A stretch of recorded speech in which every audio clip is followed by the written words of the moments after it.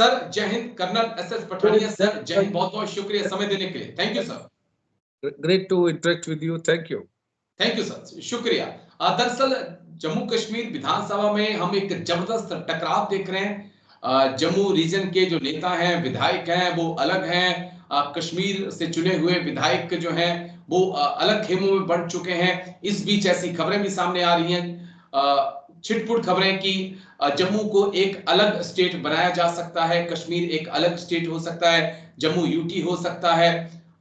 किस प्रकार से हम इन खबरों को देखें? क्या वाकई में इन खबरों में कोई दम है कि जम्मू कश्मीर को अब दो हिस्सों में बांटा जाए, जम्मू अलग यूटी हो, कश्मीर अलग स्टेट हो, और इसकी क्या वाकई में जरूरत आन पड़ी है क्या सर?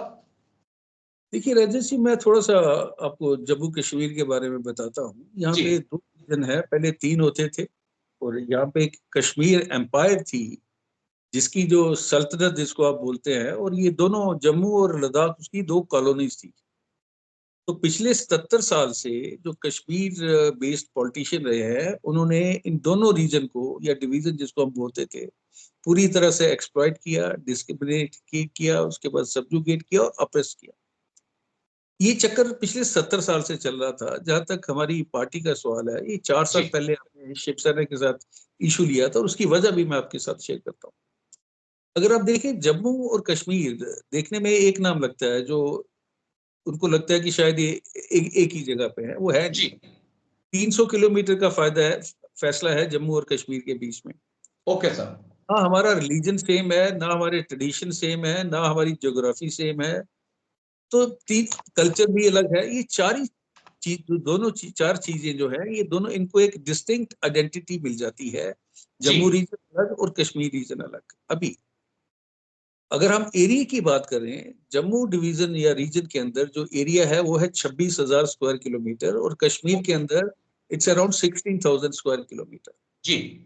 42,000 स्क्वायर किलोमीटर को आप एज ए यूटी अगर आप इसको गवर्न करना चाहते हैं, डेवलपमेंट करना चाहते हैं, लोगों के वेलफेयर करना चाहते हैं, not possible with this ministry of about 10 people.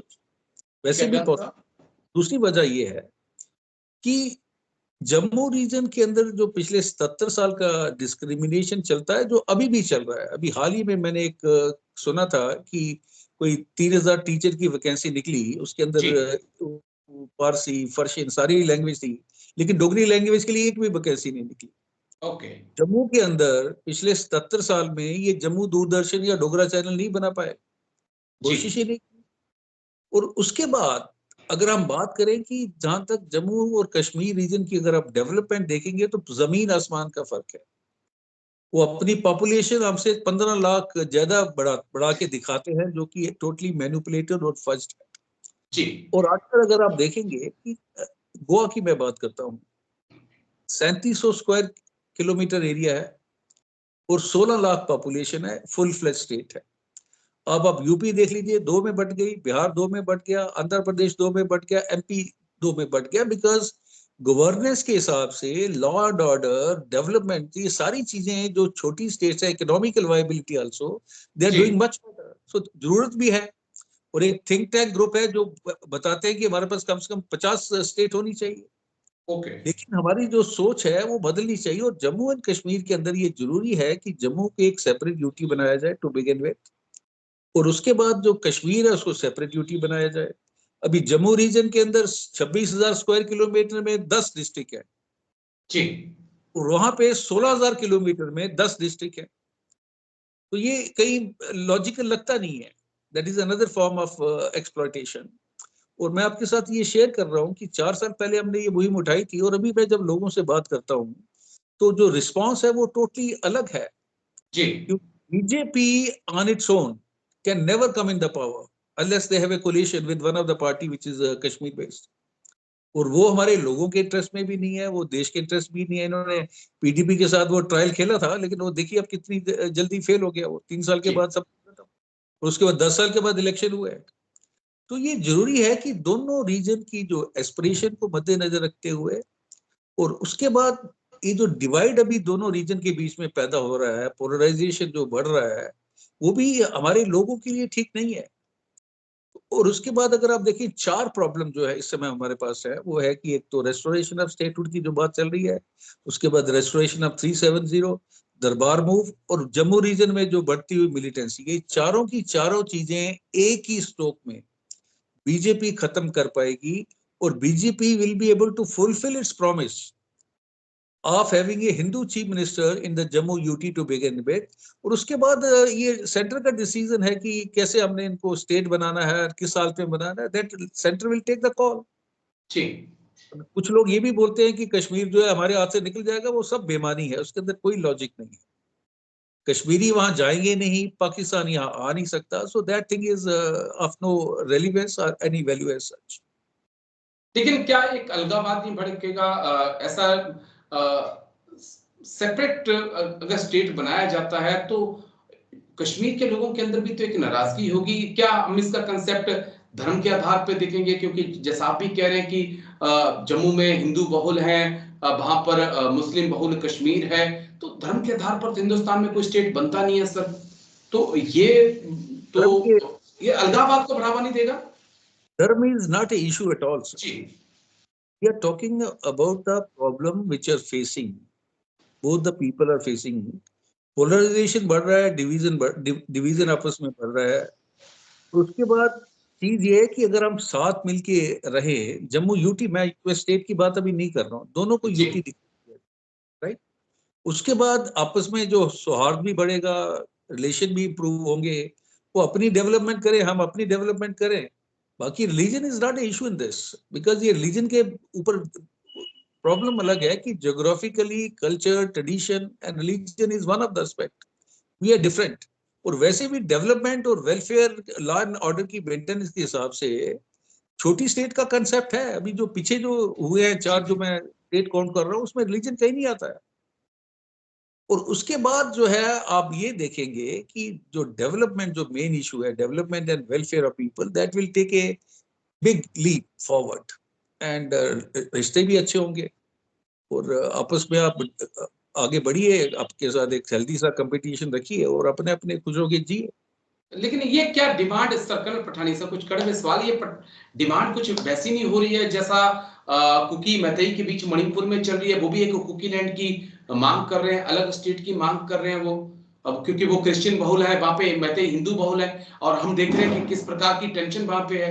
तो क्या ये लोगों के बीच में, अभी तक तो हम देख रहे हैं कि एक फोर्सेस के खिलाफ या बाहर से जो लोग आए हैं उनके खिलाफ एक मुहिम चल रही है जम्मू कश्मीर में, लेकिन क्या ये जम्मू कश्मीर के लोगों के बीच में एक मतभेद पैदा नहीं करेगी इस प्रकार की डिमांड सर? मणिपुर इसका उदाहरण दे चुका हूं मैं आपको सर। मणिपुर की जो प्रॉब्लम है ना राजेश जी। जी, वो अलग है। उसमें ये आप बात करेंगी, 2 समुदाय के लोग हैं जो आपस में लड़ रहे हैं, बिल्कुल उनकी सर। एक प्लेन में रहते हैं, किले में रहते हैं, और वो एक कम्पैक्ट एरिया है। यहाँ पे मैं बता रहा हूँ कि 300 किलोमीटर का तो रोड से डिस्टेंस है, बीच में दोनों में 10-10 डिस्ट्रिक्ट्स है।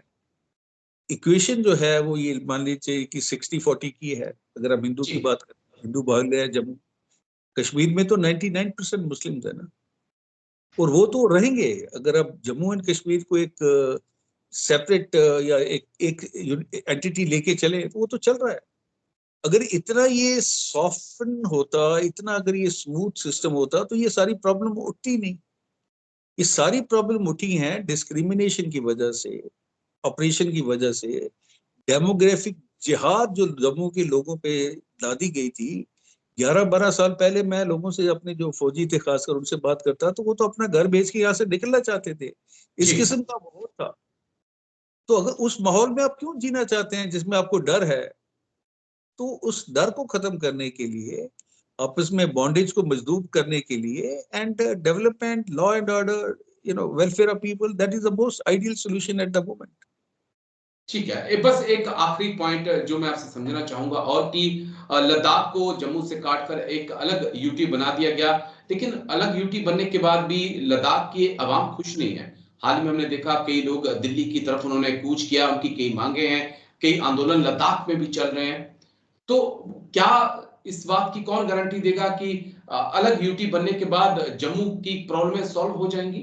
लद्दाख की तो हो नहीं पाई, तो जम्मू की कौन गारंटी देगा सर? लद्दाख की अगर आप बात करें, वो तकरीबन 60 लाख स्क्वायर किलोमीटर एरिया है, 60,000, right, 59,000 to be precise. Population की वहां की 3 लाख है। कारगिल जो है मुस्लिम बाहुल्य है, ले जो है वो बुद्धिस्ट बाहुल्य है। वो अभी स्टेटहुड की मांग कर रहे हैं, आर्टिकल 6 में जाना चाहती है। तो ये जी जो मांगे हैं ये उठती रहेंगी, लेकिन जिस माइंड के अंदर, जिस डिमांड के अंदर लॉजिक है, वही कंक्लूड हो सकती है। बिकॉज इससे पहले उनको ऑटोनॉमी चाहिए थी, जेएनके वाले भी ऑटोनॉमी मानते थे। जी सारी जो प्रॉब्लम्स चल रही हैं, हमारे पास दो तरीके हैं Rajiv ji, we live with the problems, और वी से कि if there is a way out, let's finish that problem. और वैसे भी मैं दोबारा इसको मैं रिजिएट करूंगा कि अगर ये जो 4 एग्जांपल मैंने कोट किए हैं, जिसमें से हम्म स्टेट में से छोटी स्टेट निकली है, और जो छोटी स्टेट निकली हैं economically they are doing, Jharkhand की मैं बात करता हूँ और उसके बाद छत्तीसगढ़ की आप बात कीजिए, ये दोनों जो स्टेट हैं ये अपनी पेरेंट स्टेट से economically they are doing much better. Okay and वैसे भी कंसेप्ट ये है कि आप छोटी स्टेट को अच्छी तरह ज्यादा मैनेज कर सकते हैं, उनसे आपके पास ज्यादा रिसोर्सेज आ सकते हैं।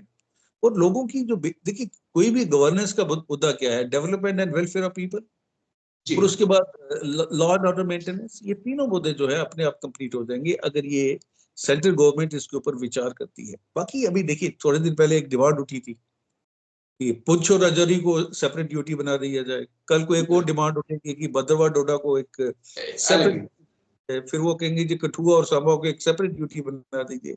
ये चीजें चलती रहती हैं, बट ये इलॉजिकल है।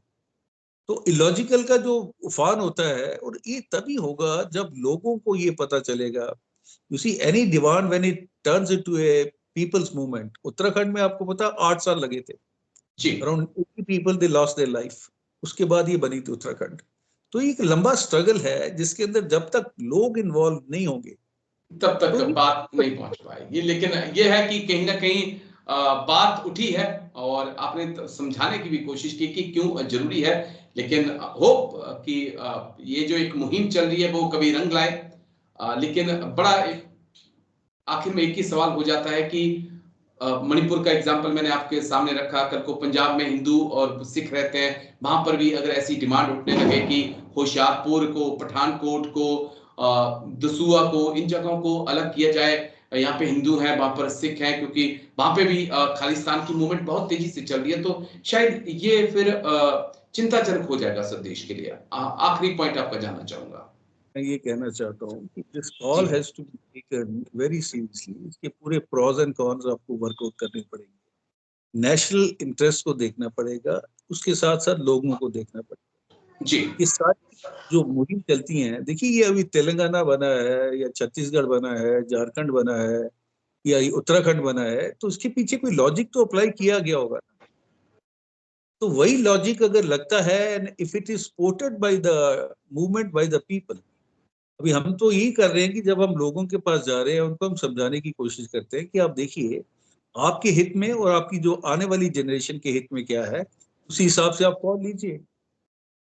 तो ये लोगों का डिसीजन है, लोग ये जब लोगों का डिसीजन होगा, लोग, क्योंकि एक मुहिम है और अगर लोगों का साथ मिलता है तो मे बी सरकार इसके बारे में फैसला ले।